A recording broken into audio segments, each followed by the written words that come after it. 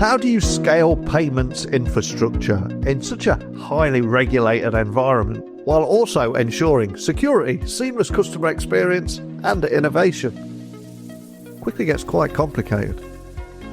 But my guest today is the Chief Product and Technology Officer at a company called Unzer. And we're going to discuss the future of payments and how technology is redefining how we see money.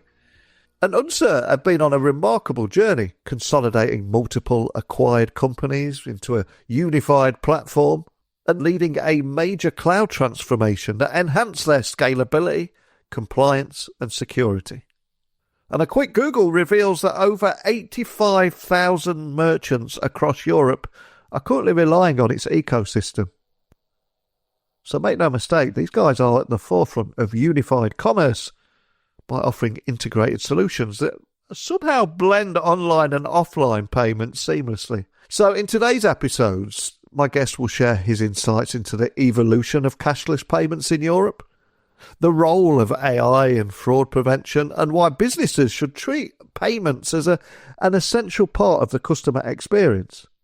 And we'll also explore how cloud technology is enabling real-time innovation in fintech, not to mention some of those challenges of navigating regulatory frameworks while staying ahead of the emerging threats out there. Quite a balancing act, I would imagine. So, how will payments continue to evolve? And what does the future hold for businesses and consumers alike in a increasingly cashless society? Whether you think that's right or wrong, that's a debate for another day. But where are we now? Where are we going? Let's find out by inviting today's guest on. So a massive warm welcome to the show. Can you tell everyone listening a little about who you are and what you do? Thanks, Niv. Great to be here. My name is Niv. I'm the Chief Product and Technology Officer of Unzer, who is a player in the payment space and the unified commerce space. And I'm originally from Israel. I joined Unzer in September 2020 to run the technology part of the company.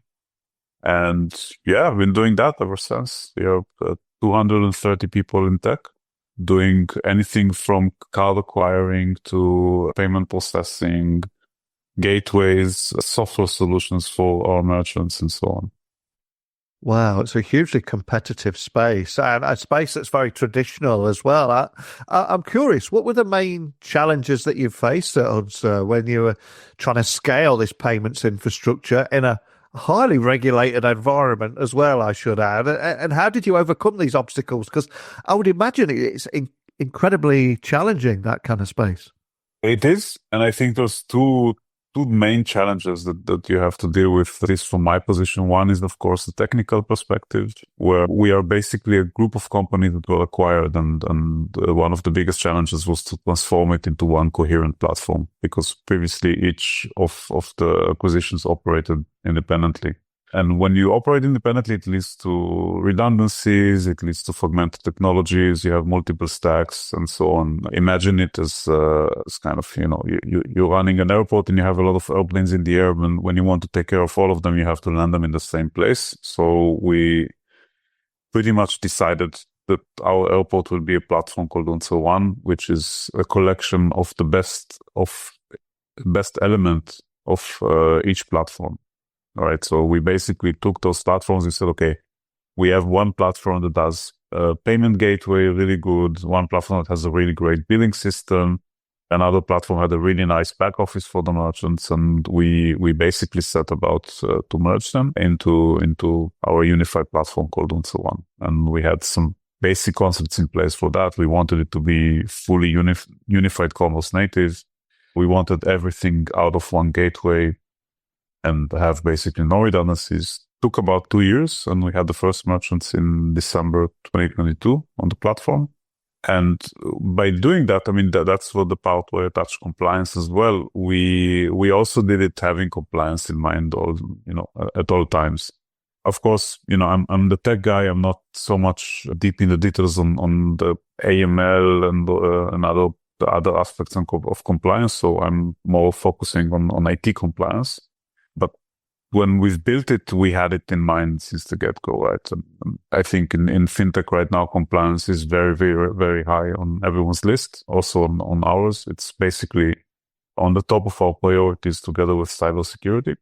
But because we had it in mind from the get-go, we kind of do it natively, right? So basically every change we do, everything we do is the compliance is embedded in part of the process. It's part of the change process. So we don't see it doesn't burden us in any way. It's just a native part of what we do. And I think that's the right way to do it. And just to take a step back from everything that you've done and achieved here with Unzer, one of the things I try and do on this podcast is have a look under the hood at the technology that makes businesses successful. When I was doing a little research on you guys, one of the things that stood out to me is you had I think it was a cloud transformation journey that you've been on since 2021. And I'm curious how that journey has enabled you to achieve things like greater scalability, innovation, and compliance in this equally rapidly evolving fintech regulatory environment. So I'm curious, can you share any aspects of that journey and how it's actually been a business enabler to help you grow, to help you succeed? This also goes back to being composed of several platforms, right? So we had a plethora of platforms hosted on different hosting providers. Some were cloud, some were on-prem, different stacks, etc. And you cannot scale when you have that. So basically your operations team is just patching and touching different platforms all day and not enjoying anything that can be centralized and streamlined. So here too, the concept was to consolidate first to a single stack. And from there, we can iterate and improve the operations. So basically going cloud native has helped us scale everything. But we are quite done with that. By now, all of our platforms, I think the last one will go on cloud this year. And we are now in a state where, our platforms, they process millions of transactions per year. They provide payments 24/7. Uptime is basically 100%. Of course, you have sometimes patching to do that require shutting down parts of the platform, but time is just perfect. And the cloud environment basically helps us also scale up and down for demand. So Black Friday or Cyber Monday is a great example of that. Not to mention that it's much easier when you're in payments, you need to be PCI compliant, and being on AWS or GCP gives you native and very easy compliance with PCI standards. I'm curious, in your view, for everyone listening here, how are you seeing technology redefining the concept of money? And are there any implications of this shift towards cashless payments for the future of commerce, whether it be across Europe or US and beyond? What are you observing here? So, I mean, as you very rightfully mentioned, the way we shop and pay for goods and services is changing massively. And I think the change started, of course, in COVID, where cards were really the preferred way to pay by a lot of people who also used to pay in cash. But beyond that, I think shopping habits are also changing, right? So people like to shop from the comfort of their homes, but in some cases, they would want to see the goods, so they would go to the shop first and would like to order what they saw on the shop online, and that's basically the concept of unified commerce. Also changing shopping habits, they go hand in hand with payment methods, right? So you can see the rise of digital wallets like Apple Pay, like Google Pay, and so on. You can see the credit card companies also going towards having checkout solutions of their own, like Click to Pay of Visa and MasterCard. And it's driven by both convenience and security of payments. It's also something that you see across all markets. So traditionally, Germany and Austria are quite cash heavy, and this is changing as well. And you can see also that in retail, the trend is towards selling experiences rather than just selling goods, right? So you have cafes and restaurants in shopping malls. You have workshops in Apple stores, DIY workshops in hardware stores. Another trend that you see is self-checkout in shops more and more, supermarkets and airports, and I think that's also changing convenience. And we are here to support our merchants in that, so basically to enable them to have this smooth checkout and shopping experience for their shoppers. And there is so much going on in this space, so many emerging technologies converging as well. So I'm curious, as all these begin to collide, what measures such as AI, authentication, biometrics, and so many others can companies like Unzer implement to ensure secure payments and ultimately mitigate the risk of cyber attacks? Because we're seeing more and more of these cyber attacks. I'm curious, for being inside the industry, how you see these technologies, how you see these measures, and how they can better protect what you're offering here.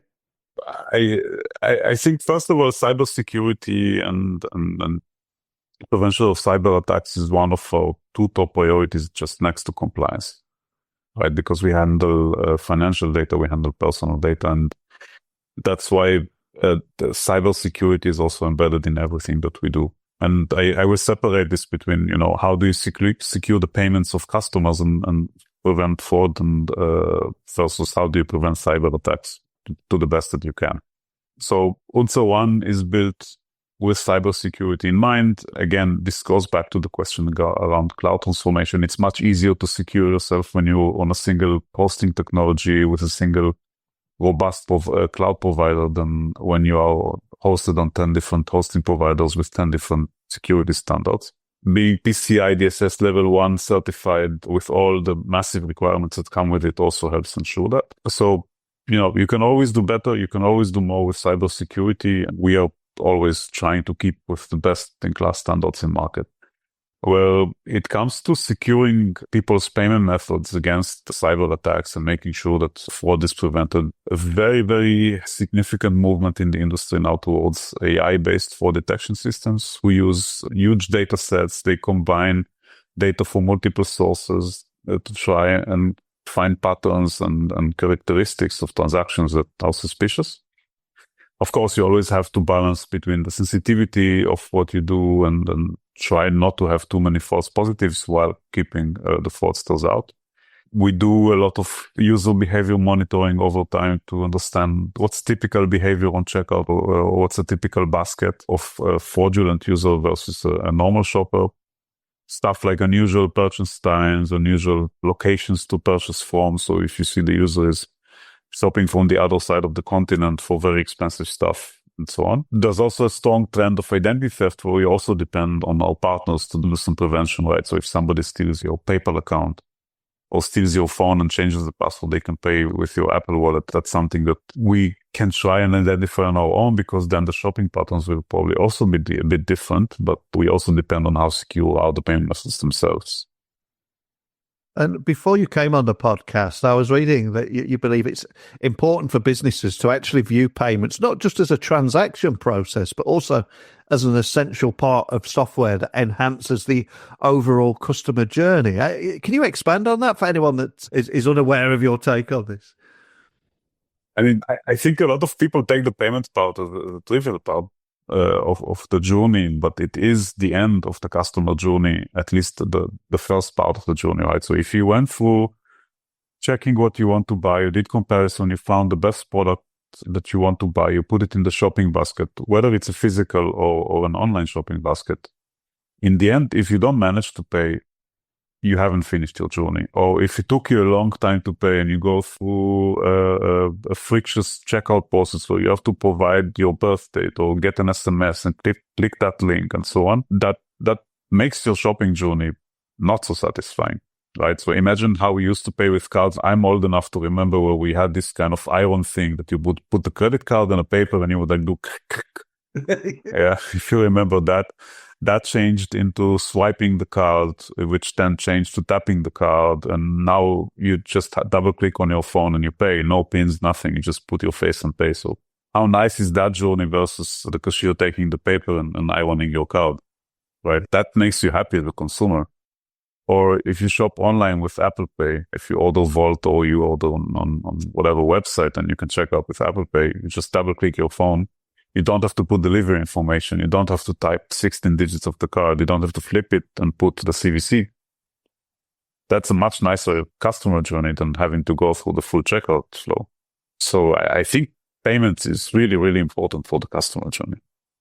completely agree with you. And from a business point of view, I'm all about the ROI of any new technology and what value does that new tech solution offer. So for anybody listening, particularly in e-commerce or business, interested in finding out more about what you do here, can you tell me a bit more about Unzer's all-in-one approach to ultimately providing that integrated payment and software solution that simplifies operations for merchants and hopefully improves that shopping experience for customers? What's your ROI and value adding, what you offer here?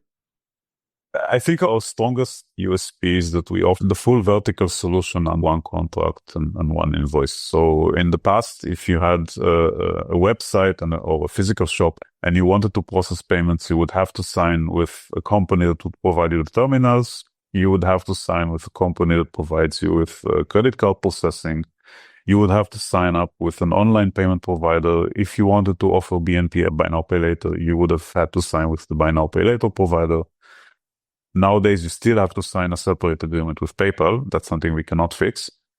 And we simplify that. So you sign up with us, you get credit card processing, both online and offline. You get a terminal from us. You get a set of API keys to connect your website to. We offer plugins to the most common online shop systems like Shopify or WooCommerce or Oxid and so on. And you basically sign the contract. You can do it online as well, and you're just ready to go. You don't need to start handling multiple suppliers, and which simplifies your operation, especially if you're a small merchant, right? That helps a lot. Beyond that, because you are onboarded into Unzer One, you could have the experience of a shopper buying a pair of shoes online. They show up at your store with a pair of shoes, wanting to exchange them or return them. You can easily find the transaction. And then if they need to pay a bit more or they need to get a refund, you can process that on the POS terminal that you have in the shop. And you would see it all in the same place under the same shopper. So you would have the full overview of what happened online, what happened offline. And that's for us, unified commerce. Other than that, we are specializing in three core markets in Austria, Denmark, and Germany, not in any particular order. And we provide hyper-local support. So support in local language. We have people on the ground. If you need help, we are there for you, which you would not get with larger, more international players. And I'm glad you mentioned local language there, because a stat I read before you came on the podcast was that more than 85,000 different merchants right across Europe are currently using Unzer's ecosystem. And of course, when we're talking about across Europe, there is a lot of different languages there. So what role does local expertise, local language play in creating those tailored solutions for businesses in so many different regions? Europe, despite being a union, still has quite significant local variance between markets, right? So it's from payment tastes. So cash is more dominant in Germany, whereas if you look at the Nordics or Netherlands, cash is almost gone. You have local payment methods in each country. So Dutch people, they like to pay with an online banking payment method called Ideal. Twint is a payment method that's becoming very popular in Switzerland. In Germany, pay by invoice, which is now referred to as BNPL, is very popular. Mobile pay is a very local Danish payment method. So you always have this local twist. If you come and you say, I want to play in Europe and I just offer credit cards and PayPal, you're not going to be very successful. Yeah, so I think in Netherlands, 80% of transactions are not done by credit cards. Yeah, credit cards are actually not that popular in any European country. They are not the majority of transactions. Yeah, they enable the rails behind it in a lot of cases. So if you want to fund your PayPal wallet, you use credit cards, but direct paying with credit cards is not the number one payment method in most European countries. From our end, we are quite agnostic. So we support all the European payment methods. So if you are a German merchant who wants to sell to Dutch customers, we offer a deal as well, right? So the Dutch customer shopping from the German website, they will be able to pay with their favorite local payment method. Beyond that, each country has their own fiscal systems or fiscal supporting systems to support your financial operations, like Dativ in Germany and so on, which we offer local integrations to, which again simplifies operations. So you don't have to export CSVs from your Shopify system and import them to Dativ and do, as a merchant, some data mapping. We just handle it for you, whether you're German, Austrian, or Danish.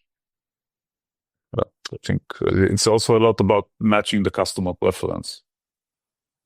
And if we dare to look ahead, where do you go from here? Is there anything you could share about how you're planning to continue driving innovation and staying ahead of these regulatory and technological trends that are moving so fast right now? It can be difficult to keep up. But anything you could share around the road ahead? Yeah, we look at it from 4 different angles. The first angle is, of course, our overarching theme, which is unified commerce. So we want to bring our full product suite to our core markets and expand as well into additional markets. And we see a unique opportunity also in Germany, because Germany still has a lot of digitization potential, right? And we see ourselves as a big part of that. To enable that, we continue to invest in tech and product. So we just announced our cooperation with MasterCard in open banking. We are introducing SoftPOS, which is basically, until now you had the quite sizable black terminals where you have to type in the amount and you get a paper note. The market is now moving into SoftPOS, which is basically an app on a phone, on any phone, which can enable a lot of smart cashier features, such as seeing your reservations. If you're in the beauty segment, for example, you can see the reservations on your phone as a merchant and then charge the consumer from the phone by tapping the card. So no need anymore to have 2 devices, the terminal and the management. We will launch the European Digital Wallet Initiative this year as one of the first movers. So that's what about tech and product. We invest heavily in AI, both to reduce fraud, like we said, but we also use it internally for our own internal efficiency. Operationally, it's really, really powerful, and it's really exciting to see how people use it. And above all that, especially in Europe, you have to keep looking at regulation. So we have teams that just keep looking at the bulletins coming from the regulators, looking at key initiatives and developments in the area, and feeding us with input, because we do see being at the forefront of compliance as a competitive advantage and not as something that is actually hindering us, right? So it actually helps us to be in the forefront of that. We've talked about the story behind Unzer today and that cloud transformation journey you've been on since 2021. And also, I'd like to find out a little bit more about your personal story, because none of us are able to achieve any degree of success without a little help along the way. And very often there's somebody that will take time to invest in us or see something in us and help us on this journey that we all find ourselves. So is there a particular person or people that you're grateful towards who helped you get you where you are that we can give a little shout out back to today and a thank you? I think we all need, the song said we all need a little help from our friends. This was a tough one, I have to say. So I have a lot of people to thank. I picked one of the many that helped me along the way. That person is called Christian Bertermann. He's the founder and CEO of Auto1, if you heard about it.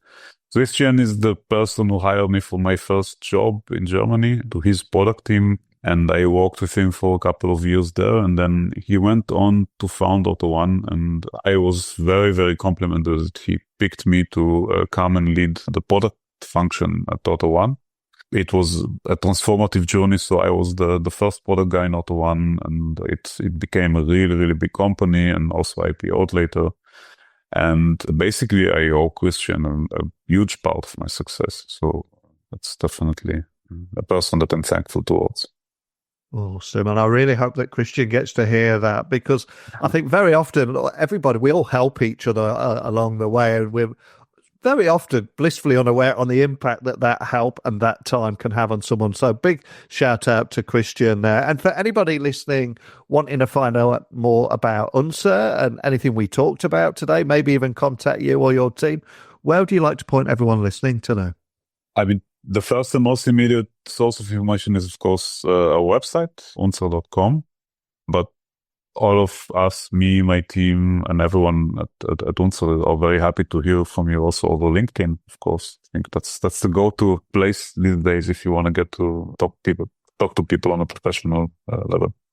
It really is. I'll make sure there's links to everything there to make it easy for people to contact you and just find out more information. We covered a lot today, from how technology is redefining money and how Europe is adapting to cashless payments and the implications for the future of commerce, not to mention the challenges and how you overcame them in scaling payment infrastructure, that cloud journey that you've been on.